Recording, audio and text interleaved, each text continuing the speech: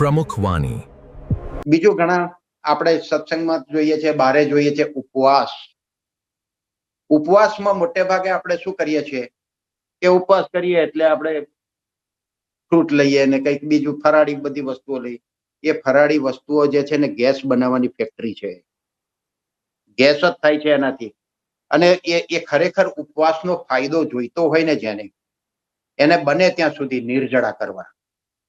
નિર્જળા ન થાય તો સાદું પાણી પીને કરવું. એ પણ ન થાય તો લીંબુનું પાણી કે જ્યુસ પીને કરવું.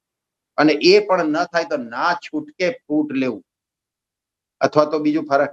પણ એ દિવસે બને ત્યાં સુધી નિર્જળા થાય તો ઉત્તમમાં ઉત્તમ. એનું કારણ કે જ્યારે નિર્જળા કરે ને ત્યારે માણસને માથું દુખતું હોય, શરીર ઢીલું થઈ જાય એવું થશે.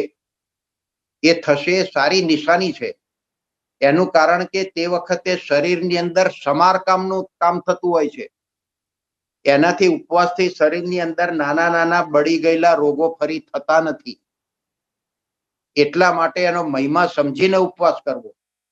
આપણે મશીનરી હોય છે તો એ અઠવાડિયામાં એક દિવસ કે થોડા દિવસ આપણે બંધ રાખીએ છીએ, ઓઇલિંગ ગ્રીસિંગ કરવા કે આ તે કરવા.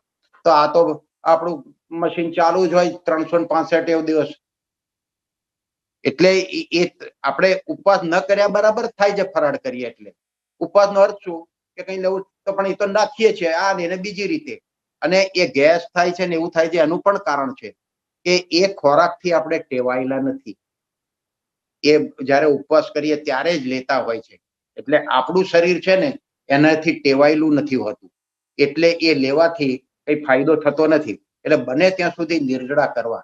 ના થાય તો સાદું પાણી પીને કરવું, થોડું હુંફાળું પાણી પીને. એ રીતે ઉપવાસ કરવા. Thank you for watching.